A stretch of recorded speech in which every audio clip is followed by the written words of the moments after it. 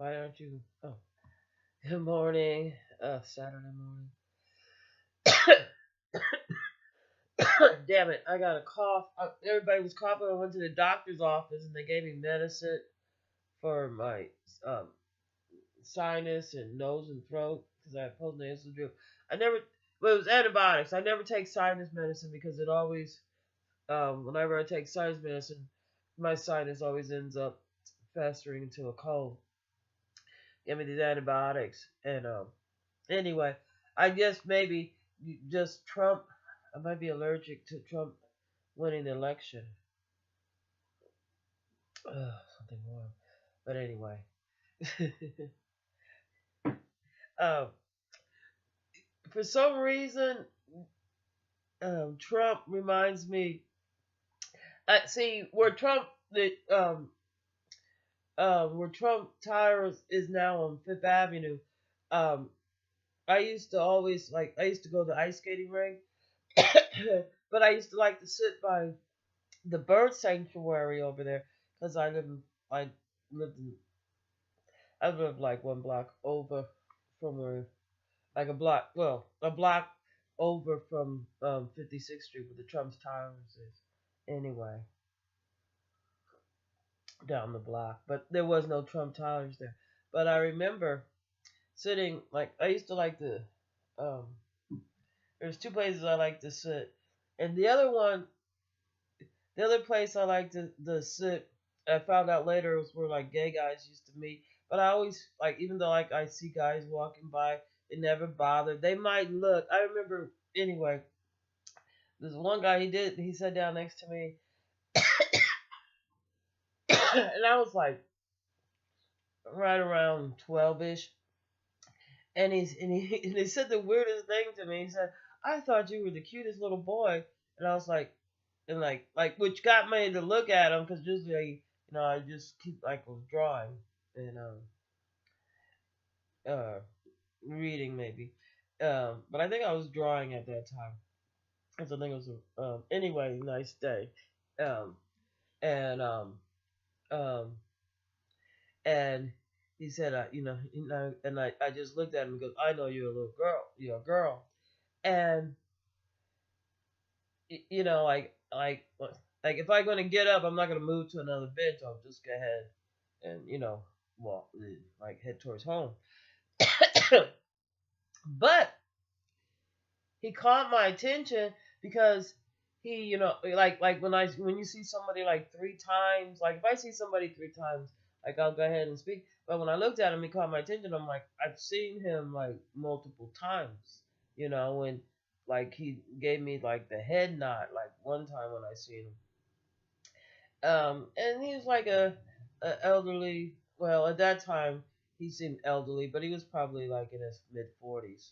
Um, um, not elderly by any means, no. But anyway, and this was the most interesting thing, is that he was depressed. He was very sad, and now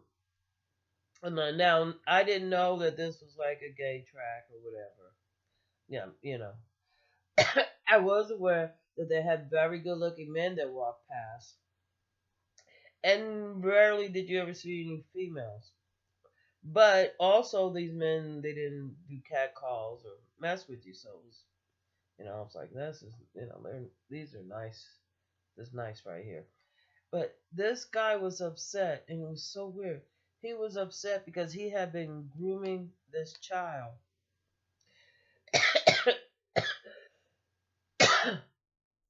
But what stuck out, what sort of like made me not even want to, like just to interrupt him at all, yeah, he sparked my interest when he said this one thing. That he was, that because he said something about a lost love, right? Which sort of, got me, and I was like, this is gonna be a good story, and it's not a story where he's like, like trying to, you know, where where it has anything to do with me. I could tell this, he might have, talked to himself if I wasn't there. But anyway, But the thing what I found very interesting is what he said about why he could get away with this behavior that he had. Now, this guy is not upset because of the pain and the suffering and the undue harm or the harm he did to the child. No, he's not upset of that. He's upset that it didn't turn out the way he and it got him a little bit more attention on his sexual habits, which anyway. But what caught me is like he said that if the mom, okay, he's putting all this on the mom. If the mom had, you know, decided to, like the same thing that she was looking for other people to do for her child, if she could have did it just the same herself. But this is what he said. The, he goes, he was looking for a mom that that didn't say, like if he said, well, I got to talk to you about your son. If she didn't like, like in this general area, if she didn't call her kid over when he wanted to talk to her about it, you know, or if she did, and but her attitude was, um, like to her child, like if she said something like, what did he do, or what did you do now, or in but anything but engage the child, like like if she said, well, I mean, if her first thought is something negative bad about the child, that was a good sign. You know what I'm saying? If she was like but it was all on how alert the mom was, tender she was, you know, and he's talking about how he really, he liked children and boys, and but anyway, what made him upset is that, and another thing he said that I found very interesting. He says he goes, there's two things that these kids don't talk about the, they'll talk about anything, but like they won't talk about sexual or physical abuse, either from their parents or from somebody else, because you know they because of the bulliness that people will bully them, they will get victimized more. And a lot of times these boys, they also, like if um you know they would get teased and harassed, and seen as an easier target for more sexual harassment if somebody knows they've already been victimized. So, but I thought that was so interesting. But what happened was with this young man is that, after all these years, and he's like, he's not the type of, you know like, he wouldn't call himself I'll say he's not, he's a man, boy, love, whatever he used, strange thing. But like, in other words, he's saying, I'm not the type of pedophile that just because they get a certain age that I would abandon him. But he was totally surprised because, like, he was that once the child got just before he went into college, and he had helped this kid, and he even helped him, his mom, get a car for him, and very nice and everything, and he was like, and helped him, like, I guess he went to Columbia, the kid did, but anyway, or helped him with his school. But the kid didn't want nothing to do with him, and he was still paying this kid so much every month, you know. But he thought that all those years that, he was sexually abusing this child, that the child that, had learned to love him, you know. But the child didn't. The child, and the other thing that he was very disappointed in is that he became openly gay, and that he was trying to teach him not to, be openly gay because it's not acceptable in today's society, you know, um, and that you be, um, ridiculed. The kid's like, well, I got bullied and ridiculed because everybody knew what you were doing. Everybody, everybody knew, but nobody wanted to say anything. Later on, I found out that he was a preacher. I believe over at Sacred Heart over there in Hell's Kitchen. But he was also very upset because I guess they were sending him out of the country, you know, um, to Honduras or some place, some godforsaken place.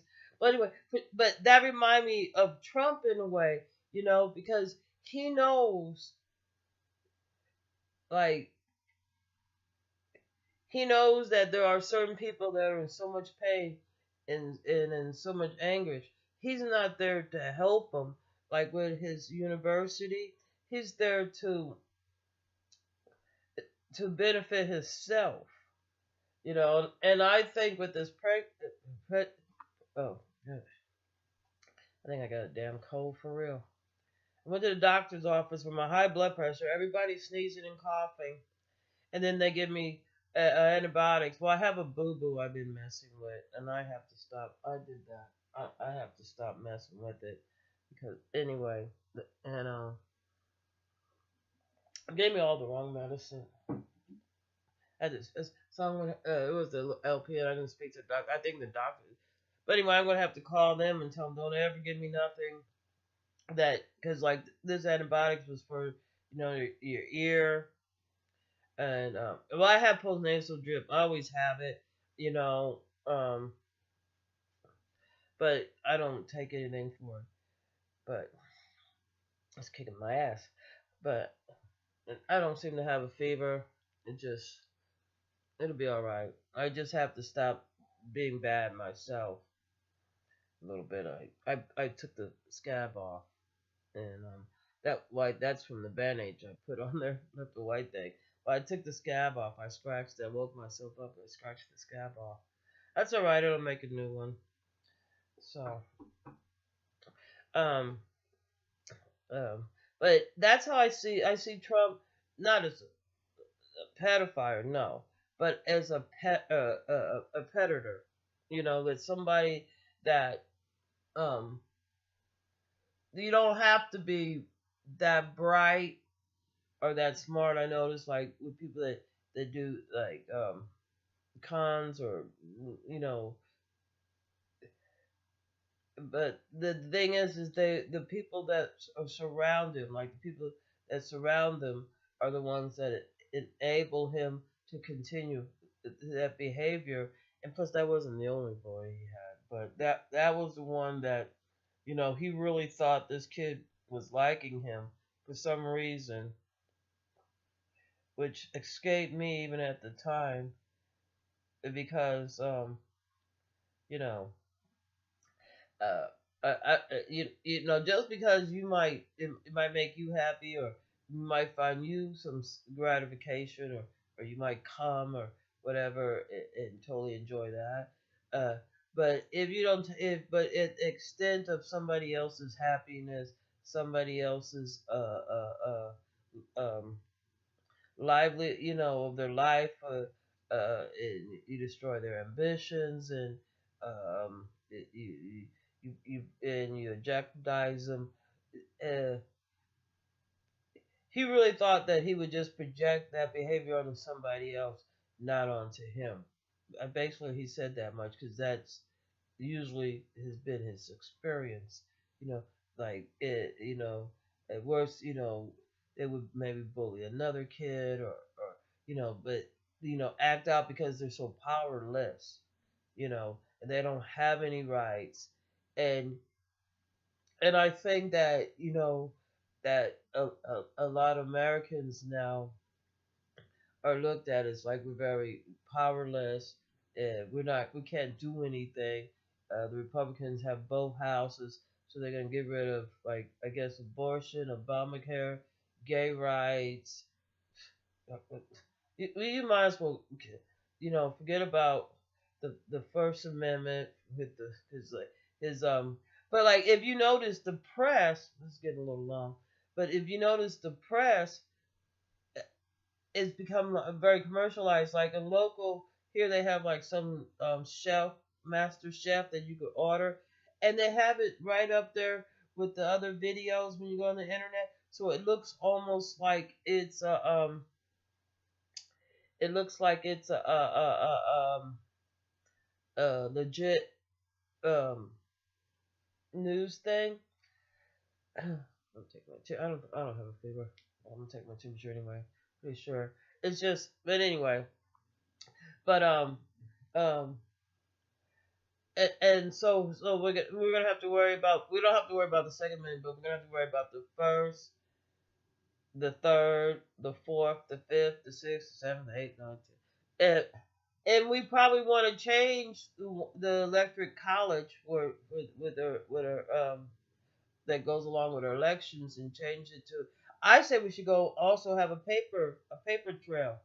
I don't trust the computers, uh, because like when my dealing with races and people, not only races, but I would say, because races could be Catholic, Muslims, whatever. But yeah, I guess my dealing with races, the one thing that they do depend on is that you not catching their little hints. Because he was saying, Trump was saying it's rigged, it's rigged, it's rigged. I think that we might have a problem with our internet greater than what we think, you know. And I think that they're betting on us not going to the base of our problems to solve it, but trying to cause more pain and hurt, and them not understanding why this pain and this hurt and this punishment and these limitations that we put on the people is not making them all bubbly and happy, you know. Anyway, I think that I think that Trump and them is gonna continue to, especially his vice president. I think his vice president is gonna try to kill Trump so he could be president. That's what I think. Because they're gonna be busy looking at everybody else and have them all paranoid. Oh, the blacks, the gays, and stuff like that. Well, we got bills. You know, we got sports to watch. You know, the men got to go to the titty bars, and the program every so often they, if they're a man, they got to worry about their own self gratification over family and everything else. So they've got to be in their sports. They got to have their like sneakers. They gotta have sex. So the other stuff is going to be on the back burner. So, but the ones that are going to be paying attention, and the ones that Trump got himself around some real Russian mafia. Don't even play yourself. And that's he bought that woman, and nobody, I'm sorry, nobody has respect for a man that thinks that, you know what I'm saying, I gotta get me a trophy wife, I gotta get, something like, you know what I mean? I mean, at least I don't have respect for him because it's a real shallow man that's easily manipulated by his peers. So you can't trust him, and he's a greedy. He's a greedy. Let me put it this way: he's a thirsty dog.